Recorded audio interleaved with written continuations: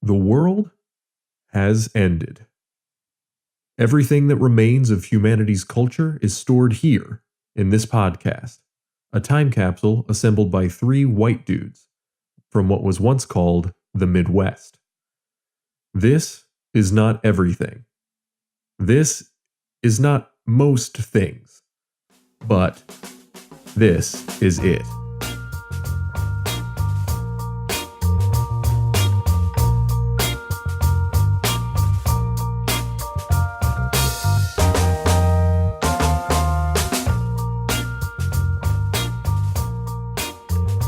Hello and welcome to another episode of This Is It, a pop culture podcast for the end of the world.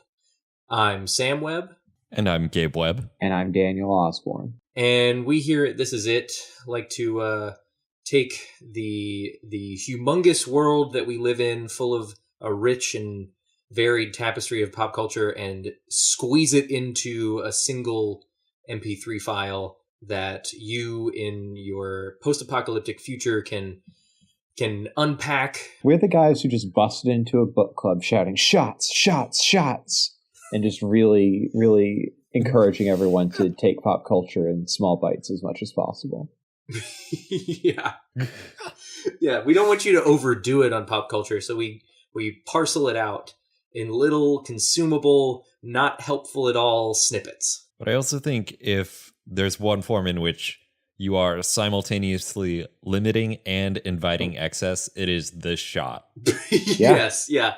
Actually, yeah, the shot is a perfect metaphor for what we're doing, which is talking a long time about things that don't really matter, probably, to anybody who is dealing with like a post-nuclear world or, where aliens have invaded. But at the same time, we are only giving you the tiniest little chunks. But at least you have a friend. Yeah, at least you have a friend in this dark cave that you've somehow managed to rig up what I'm imagining is probably a Bluetooth speaker that looks like it's built out of skeletons.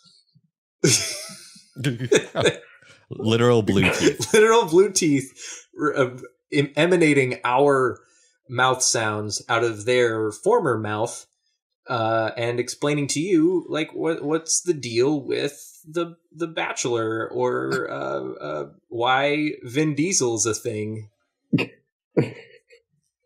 Why Vin Diesel's a thing sounds like the worst euphemism for the birds and the bees has ever come up with. No.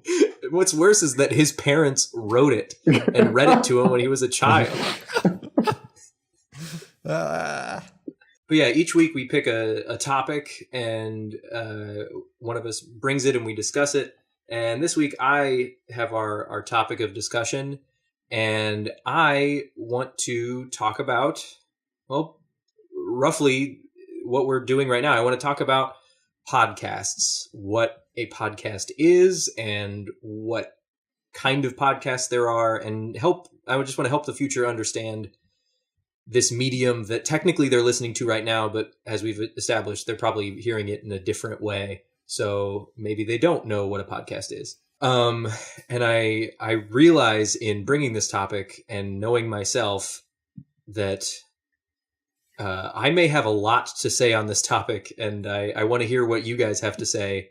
And so, Gabe, Sam's being modest. He's known here in our time as the podcast guy. Just not in our group of friends, just globally. If you just Sam the podcast guy Webb. Yeah, but also I feel like Sam's heritage with podcasts among our immediate group of friends actually goes back a long time too, because we all have our one thing. Like Dan, yeah. It's for you, Dan, it's the thing about books. Yeah. And for Sam, it's podcasts, and for me, I don't know, whatever you guys think my thing is. It's High School Musical 2 and Eternal Sunshine of the Spotless Mind. I'd love for posterity just my thing to be an undefined thing about books. Just like this ongoing mystery of like, what is Dan's deal with books? Does he love him? With Dan and books? Yeah. Yeah, I guess, yeah, I will own the fact that I am Well, just to give you an example, somebody texted me just the words podcast idea the other day, and I didn't see it for a few hours later, so I automatically responded with, "Do you want recommendations?" and 7 podcasts.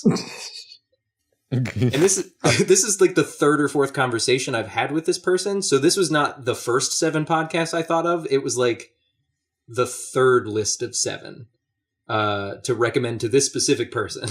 Yeah, I listen to a lot of podcasts, and I end up saying the phrase, "Have you heard of blank?" And it's almost always podcasts. I'm actually impressed that we've ever talked about anything else on this show.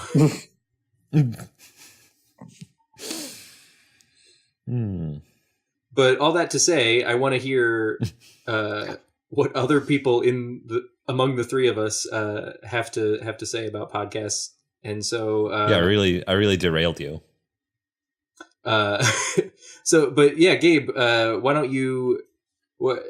And we can kind of piece this apart. Why don't you take a stab at explaining what a podcast is, and maybe what some of your favorites are. So, for the uninitiated in the future, podcast comes from a portmanteau of iPod and broadcast. Oh my God, I'm already asleep. Well, that's good, because a lot of people use podcasts to go to sleep. But also, no one listens to them on iPods anymore. Yeah. Who even has an iPod at this point? So there are these bite-sized bits of radio that has been recorded and sort of jammed into the framework of Netflix, where you get to choose when it happens. Yeah, I like that. Like Netflix for radio. Yeah, like on-demand radio, or just sort of sometimes it's more radio. Sometimes it's almost more just like sometimes it's more of almost like a blog turned into audio, compared to but when NPR does it, it's very radio show like. Right. And I think, being more talk radio centric is definitely a big part of it. You don't really hear too many only music playing podcasts. What's the first podcast you regularly listen to? And I feel like this is maybe the granddaddy of what a lot of podcasters aspire to begin with.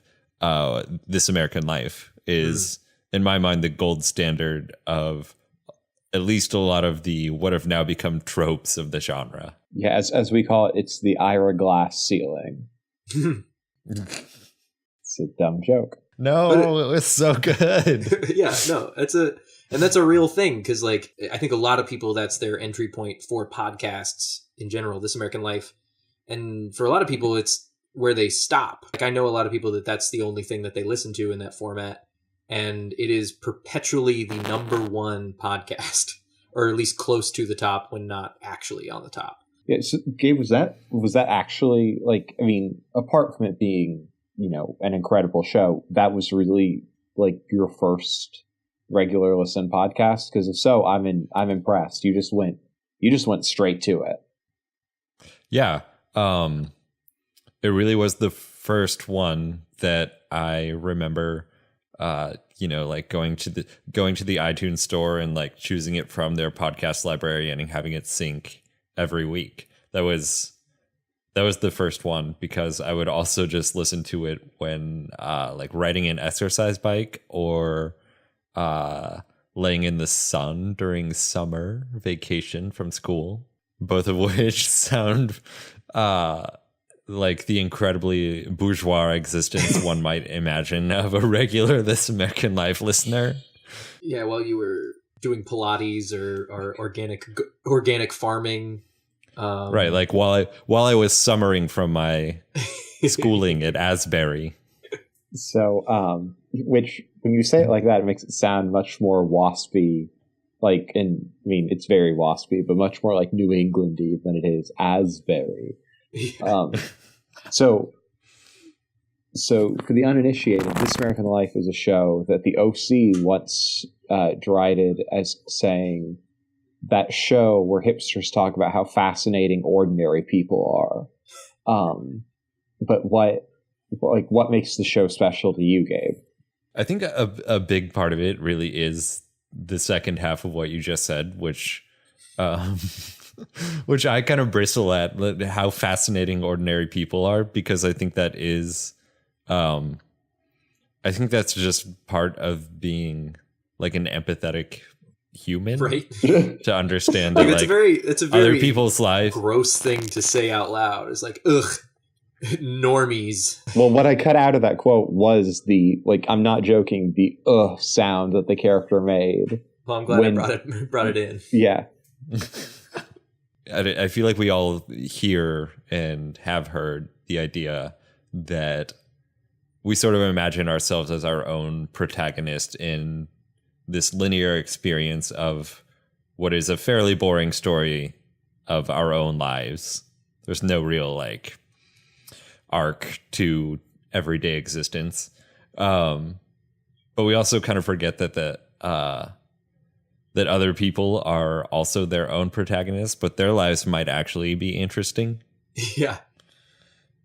So we get to experience the interesting parts of their lives without all the boring stuff that happens in between the interesting parts. Yeah, it's a very well edited summation of what makes someone interesting on a weekly basis.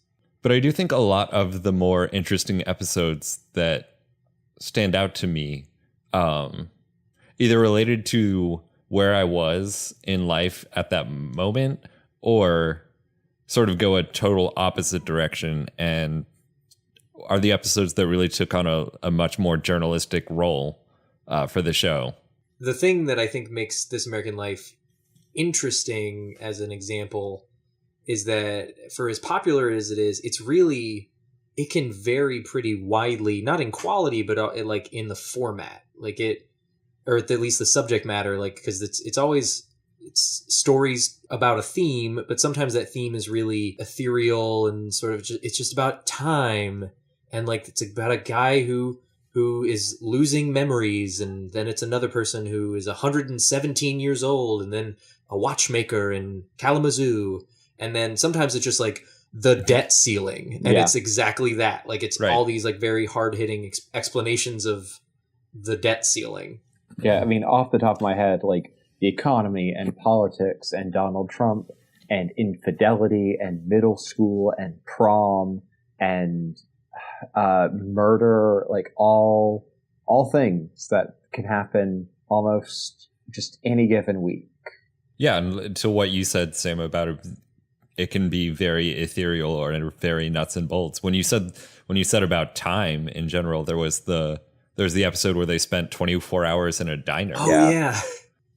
Yeah, but I also think I think one of the really essential qualities of it for the genre, or for the medium as a whole, is just that it wound up as a sort of farm team for a lot of other podcasting talent. For the Planet Money was a spinoff of This American Life, if I remember correctly. Yep. Yeah. Co-production of This American Life and NPR News. Alex Bloomberg got his start there before eventually moving over to his podcast network and his podcast about starting up that podcast network, Startup. Yeah. And then Starlee Kine, who eventually got her own show on that network, was a This American Life contributor. And the only, probably if you didn't already listen to podcasts when This American Life was the reigning champion of podcast bringer inners, there was Serial, which started as just an extended single episode of This American Life. So yeah, we're working really hard to catch up. Yeah. So Sam, I know you kicked this off. I'm really interested to hear what you have to say about podcasts. Yeah.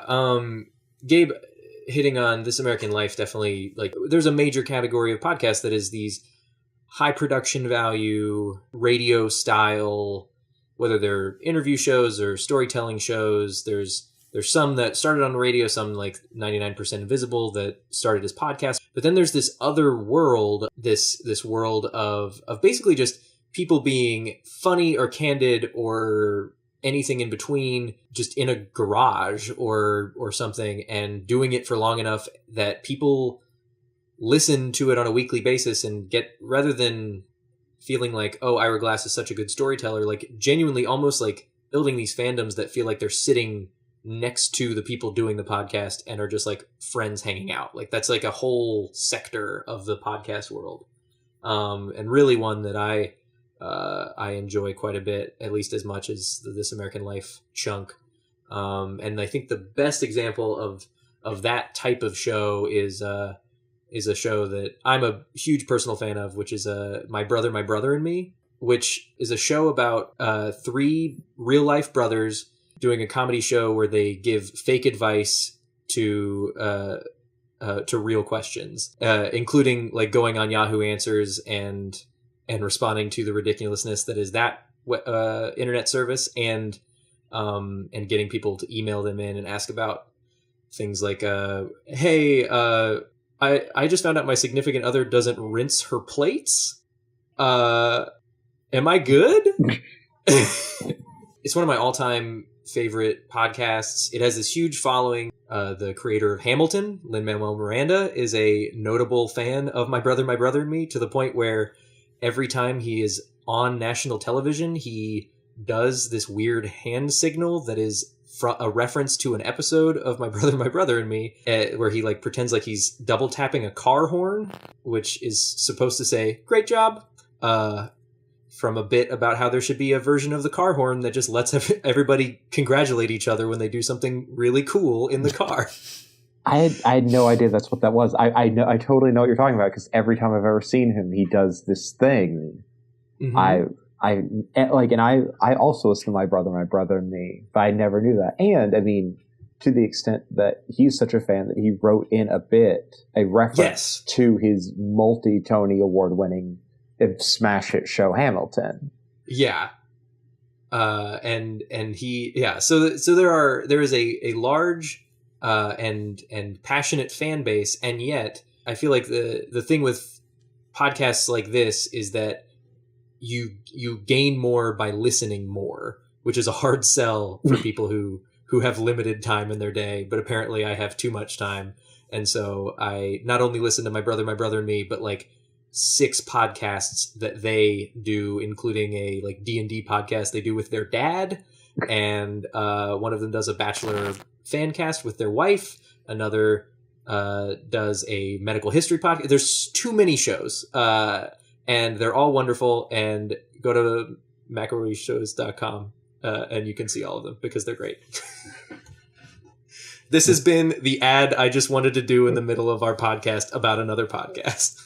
But yeah, Dan, what are some of we've talked about big produced shows. We talked about sort of the almost cult of personality type shows. What are some of the examples of either those shows or another kind of show that you feel like needs to put in the time capsule? So I did not come out into the podcast world as perfectly formed as Gabe, apparently, because my first show wasn't This American Life. My first podcast I started listening to when I got my first iPod in 2006. And that was a podcast that was an offshoot of the ironically named evangelical Christian magazine Relevant. Mm-hmm. They didn't think it was ironic, but I think it's ironic. I would listen to the Relevant podcast. That is also my entry point into podcasts. Yep. So I'm excited. So Relevant magazine was I think it still exists, a magazine ostensibly for evangelical Christian 20-somethings. And the podcast version was if you took out any of the substance of the magazine and just had a couple of their editorial team sitting around and talking and coming up with goofs.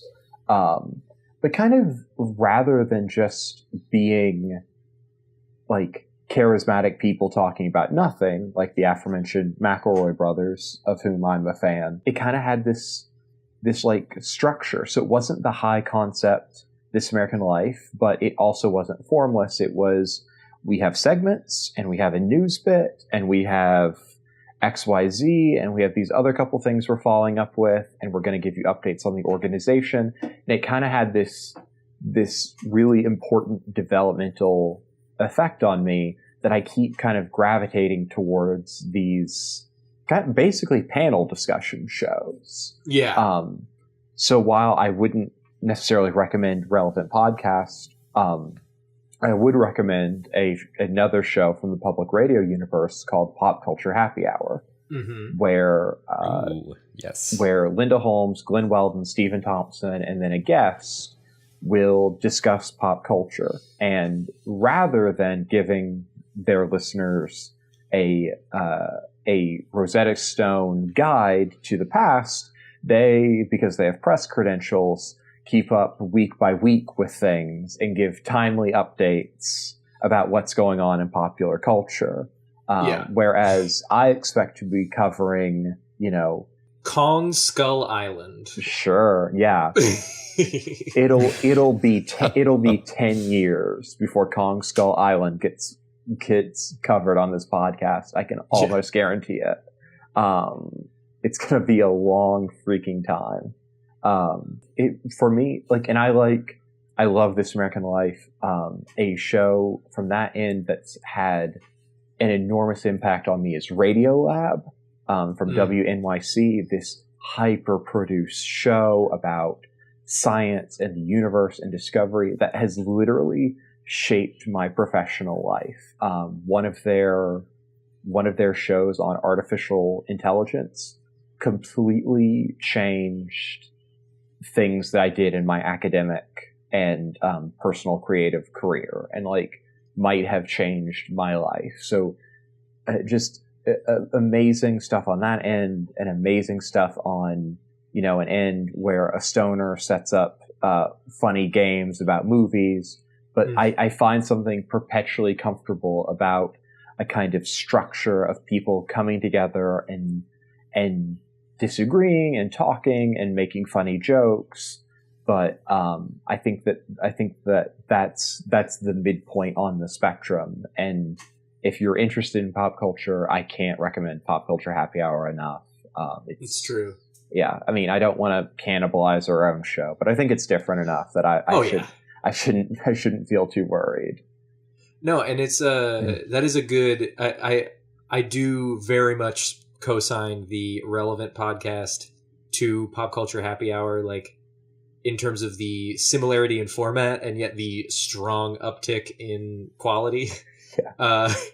But yeah, and I think it's interesting that you point out the fact that Relevant being your first podcast kind of drew you to that format in other ways, because I think similarly they did the segments and they also had this rapport with one another that Pop Culture Happy Hour has, and that some shows have the rapport side, like a McElroy show, and some shows have the more structured rigid side, but that where there's that happy medium is really when it's at its best.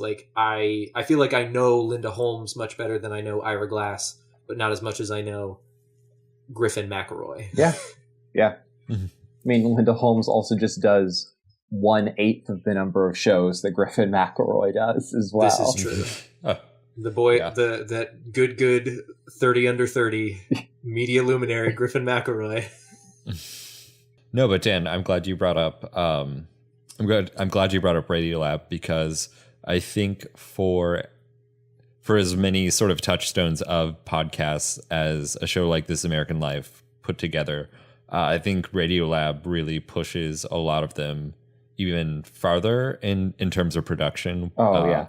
A lot of the things they do with sound design and the way they sort of deconstruct interviews, I think is really interesting. And so it's two hosts, Jad Abumrad and Robert Krulwich, and Jad Abumrad is a classically trained composer, and that really comes through in some of the ways that things are structured and the sound that's scripted. Radiolab, of course, being Ira Glass's favorite podcast. If that isn't a strong enough recommendation. It is also very commonly number 2 below This American Life on the podcast charts. But But I would specifically highlight one podcast that comes to mind for me, one that I really like, as a sort of, if not in terms of content, but in terms of production, spiritual child of Radiolab, which is Song Exploder, hosted by Rishikesh Hirway. I don't know if either of you are too familiar with it. No, it's a great show. Oh, yeah. I mostly have only listened to the episodes where they deal with theme songs to TV shows I like. Oh, yeah. Those are great episodes. But the premise is that the host each episode interviews a musician about a composition that they have created, and they walk through it layer by layer. The string part, the drums, the melody, the vocals, what have you. And then the host actually eventually just edits himself out of the show. So it's about a 12 to 15 minute monologue of the artist explaining their inspiration, and then you get to listen to the complete song. But yeah, I find so many of the episodes just like totally mind blowing in terms of just dissecting these interesting people's creativity. Oh yeah, it's fascinating. Do you have a favorite episode? One of my favorite episodes is with the musician Tune Yards, if only because, well, one, because I really like her, but two, because I think she incorporates a lot of really weird sounds into what she does. It's definitely not my favorite song that he's done, but just hearing her talk about the crazy looping pedals and like weird bleeps and bloops she found, and like taking a rattly old drum into a shipping container and like banging it around, like that's pretty like gold standard for me in terms of like weird listening. Plus, just I think it's interesting, and I don't know that I've ever heard it emulated as well, just to have a host edit themselves out of their own show. Yeah. I actually really like what you set up there as the progression of This American Life sort of begat Radiolab, begat Song Exploder, like that. Though those shows aren't necessarily examples of one producer going from one show to another show, there is kind of this DNA that there's shared, to where almost like the aesthetic of podcasts and like what's allowed to be a podcast kind of gets pushed more and more, because where This American Life is ultimately still a radio show that they release as a podcast, Radiolab is sometimes podcast only and is sometimes on the radio, and then Song Exploder is purely a podcast. So you get things like their episodes can be whatever length they want, and they can incorporate elements that you couldn't put on the radio because they curse, or they use music that has rights to it or something like that. And yeah, just the kind of the like evolution from like a hosted show that has some musical elements to a more musically inclined show that has some hosting elements, to just a show that's just an artist talking by themselves that would never exist without those other shows sort of paving the way. But it's also interesting to me that you bring up a really linear progression between those three podcasts that we sort of singled out, especially when you think about radio. It's sort of parent genre, or parent medium, having a long history of programming that is based on narrative storytelling, which we don't really hear that much in podcasts. It's definitely I would say a small sliver, but I also feel like it's one that's growing. Yeah, totally. My point is, we've got in a big circle. Yeah, no, it is interesting because I think that radio had this sort of ubiquitous point in American history, or in world history, where everybody had a radio and that was their entertainment. And so you did get this variety of, you know, you had the live musical performances and you had narrative shows, and then they just all kind of, radio sort of went away and became this thing we only listened to in our cars. And then when we made it so that we didn't have to catch when it was airing and we could just listen to it whenever, it sort of brought back this idea of like there being this expanded diversity of ways of doing it, and that like the radio roots are still there, but yeah, there are narrative shows, there are like comedy shows, there are these like densely packed 20-minute stories, but there's also 3-hour long interviews where it's just two comedians shooting the shit and editing nothing out, including when they like make themselves look terrible. I think kind of my takeaway is that podcasts, for Podcast Awareness Month, that podcasts need something like a song like Radio Gaga, like Queen had for radio, that cry that radio someone still loves you. We just need that for podcasts. Like, yep, season 1 of Serial is over, but podcasts, we still love you. Yeah, we're still here. We're still listening. And we forgive you, Serial Season 2.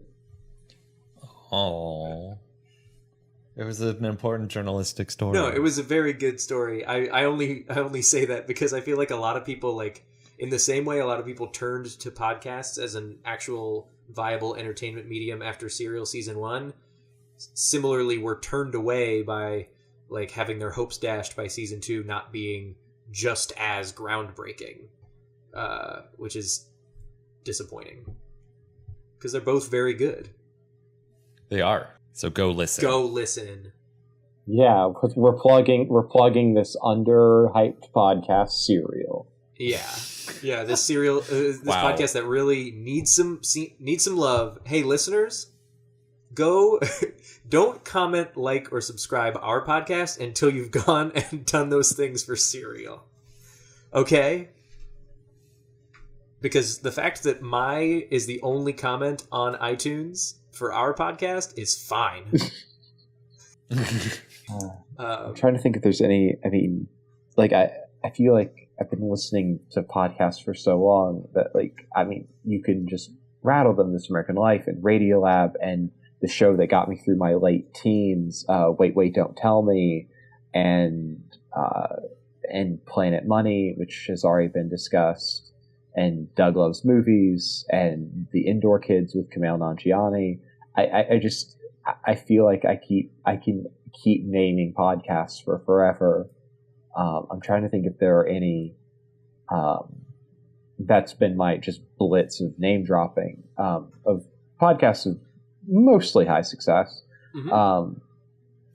I'm just trying to remember if any of them have like spoken to me in the way that, like, you know, not to get overly personal, but like those have. Mm-hmm. I would say of the three of us, I am the least regular podcast listener, which as a podcast contributor is somewhat of an embarrassment. So for me and for people like me out there, I would be interested to know what, how do you proactively learn about more podcasts that you think you would like? Yeah. I asked Sam. It's funny because I sometimes will like get hype because I'll see a list of like the top podcasts you haven't heard of yet, and I'll like, cool, like I'll check that out, and I'll click on it, and I will find myself getting to the bottom of the list and be like, well, I knew all those, but they forgot about these. Which I just say because like it's such a expansive medium that really doesn't have a good central way, that I think that it is kind of, you do sort of end up in a silo a lot of the time, where you hear about a podcast from another podcast, or you hear about a podcast from the same person you heard about the first podcast from. And so, yeah, I listened to several podcasts with the McElroy brothers in them.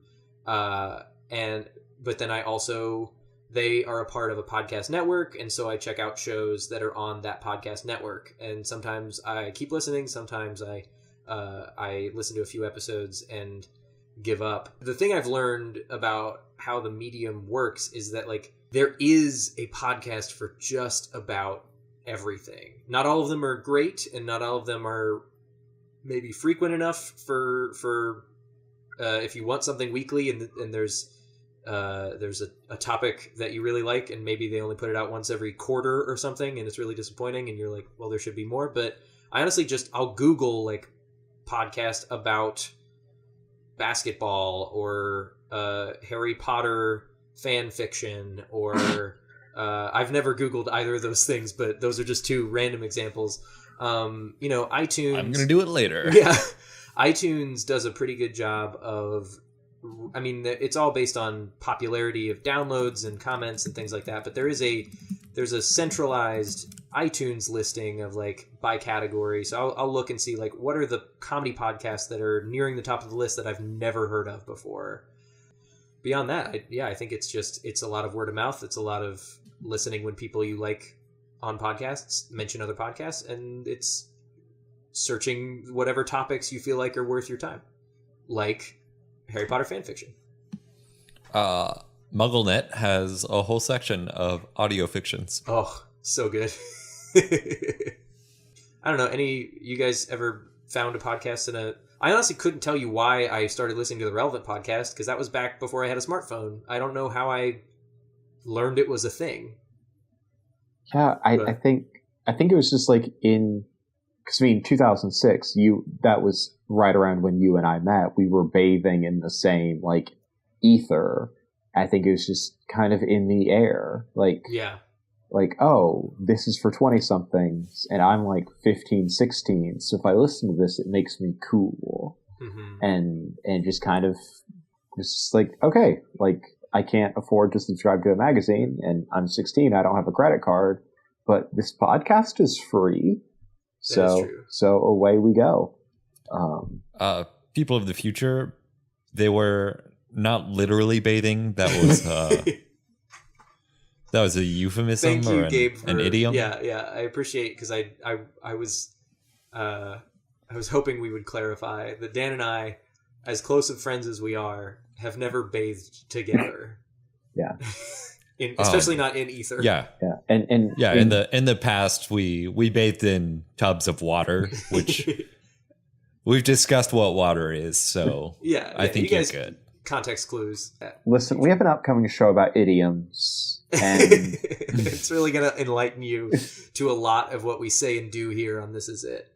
You really like the cut of its jib. One of those lovely sailing references we so often use. How is that the only idiom I could think of? Gabe, it's just because you're an original. It's all that time you spent on the sea. Yeah. Anybody listening to this will know a million podcasts that we did not mention. But I feel like, is there any category of podcasts that we just have outright failed to document in some way? When we were talking about narrative, I do have one quick entry that while I am not a loyal listener, I definitely appreciate what they have brought to the table. And that is Welcome to Night Vale, which, Dan, I think you're a bigger fan of it than, or I should say you're a more regular Night Vale visitor than I am. Sure.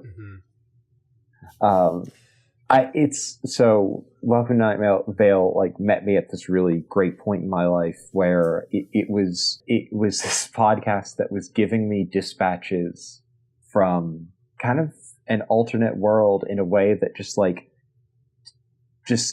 made me feel safe, even though the entirety of the show is, hey, you're never safe. Like, stuff is messed up and it's all going wrong, but kind of also you're not alone. Also, you are a tiny fleck in the universe, and it doesn't matter, but also you're going to be okay until 2 weeks from now when the next episode comes out and our entire way of life is destroyed.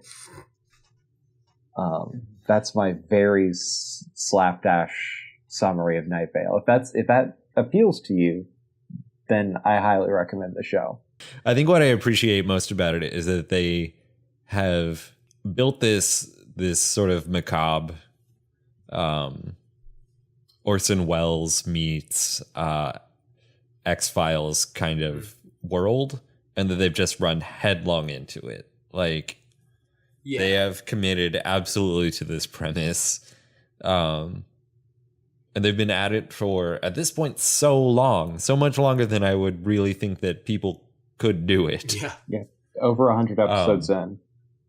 But it is just so it's like we talked about with just the kind of the format both evolving while simultaneously mimicking a lot of what people liked about radio as a storytelling format, but they are free from so many of the constraints of even like the old golden age of radio kinds of narrative broadcasts. Yeah, and Dan, one thing you mentioned, which isn't necessarily about the format or anything of Night Vale, but just about like your interaction with it, is just that I think there's something very unique to podcasts in the way that they can, because they're on demand and because they're audio only, there really is this personal aspect to them, like that they meet us where we are. Oh yeah, I think what you're kind of getting around is, I think that a podcast is potentially one of the most intimate forms of like art and creativity that exists. It's on demand. It's whenever you want it, but then a lot of us listen with it directly into our ears, and something about hearing someone else's voice. It's very personal, and it feels very intimate in a way that, I think a lot of even something traditionally intimate like poetry can't even touch. So I don't know about you guys, but sometimes because it's such a intimate format and but also something that you can kind of do while you're literally like walking around in the world.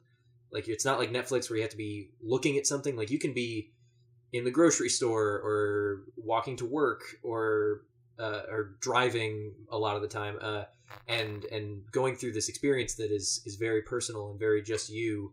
And I have had certain moments with podcasts where like I remember one moment where a very exciting thing happened in the aforementioned McElroy D&D podcast while I was in Walgreens, and now every time I'm in that Walgreens, I remember this very exciting moment where a spectral horse appeared out of nowhere. And like it has this strange moment that literally no one else has had, sitting in Walgreens and listening to this podcast at that exact moment in that exact spot, like has now affected how I buy shampoo. Walgreens and Garrel forever. Yeah. And like I can't buy shampoo without thinking about the flowing mullet locks of the spectral horse Garrel. And the reason that is nonsense is also the same that makes it kind of very fascinating. And like I as much as I enjoyed Stranger Things, or as much as I appreciated the Oscar winners this year, like none of them impacted me in that kind of way. Maybe in more significant ways elsewhere, but like in that weird sort of in your space, in your life kind of way, I've never had that experience except for with podcasts, which is why I think they're fascinating. That, and I just do a lot of driving. You heard it here first. Podcasts, pretty neat. Pretty neat. Before we close the time capsule up, let's review our podcast list. But so we've got This American Life, Radiolab, Planet Money, Serial, Invisibilia, that whole canon, and then we've got My Brother and Me, and the McElroy family of products, including the Adventure Zone, Rose Buddies, all those good projects. We've got Song Exploder, 99% Invisible. What else? Welcome to Night Vale. Pop Culture Happy Hour. Pop Culture Happy Hour, and not the relevant podcast. If you have to choose one, just choose Pop Culture Happy Hour. And Doug Loves Movies, and probably, without having mentioned it, WTF with Mark Maron, just by default. I said people recording in a garage. That's close enough. Yeah, basically. We all knew who you were talking about. Yeah. I think that's it. I feel like if you listened to one of each of those shows, you would have a pretty firm grasp of what a podcast was in the year 2017, at least. If you like any of those shows, or you like our show and you want to show how much you like those shows, this month, we may have already mentioned, is a podcast awareness month. Different podcasts are all encouraging listeners to share their favorite shows on social media and use the hashtag Trypod, which is TRYPOD, to just try and introduce people who may not even have an idea of what a podcast is to the genre, and maybe some ones that you think they might like. If you like this podcast, you can also rate and review us on iTunes or Stitcher or wherever you listen to podcasts. And you can also tweet at us. We are on Twitter at ThisIsItPod. And you can tell us all the shows we missed, all the Harry Potter fan casts that we failed to drop names of.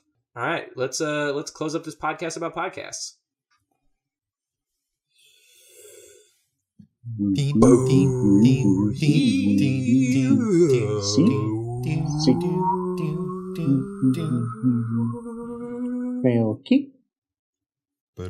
Boom. Great job.